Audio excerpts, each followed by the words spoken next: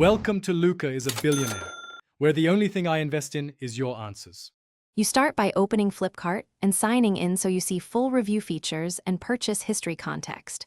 Once logged in, type the exact product name or model into the search bar and press enter. Search filters narrow results faster.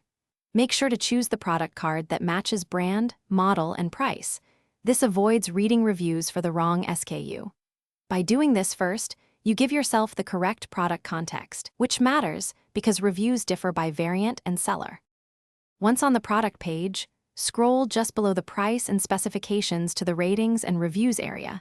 You'll see an aggregate star score and review count. Click View All Reviews to open the full list, then apply filters. Star rating to focus on 1-star or 5-star, verified purchases for authenticity, and keyword search to find mentions like battery or fit. Make sure to switch sorting between most relevant and most recent to balance helpful consensus with current. You now read a representative mix of high and low ratings to understand strengths and recurring problems. Prioritize reviews with photos or videos because they show real usage. Pay attention to reviewer details like verified purchase, delivery location, and review date, since older reviews may reflect earlier versions.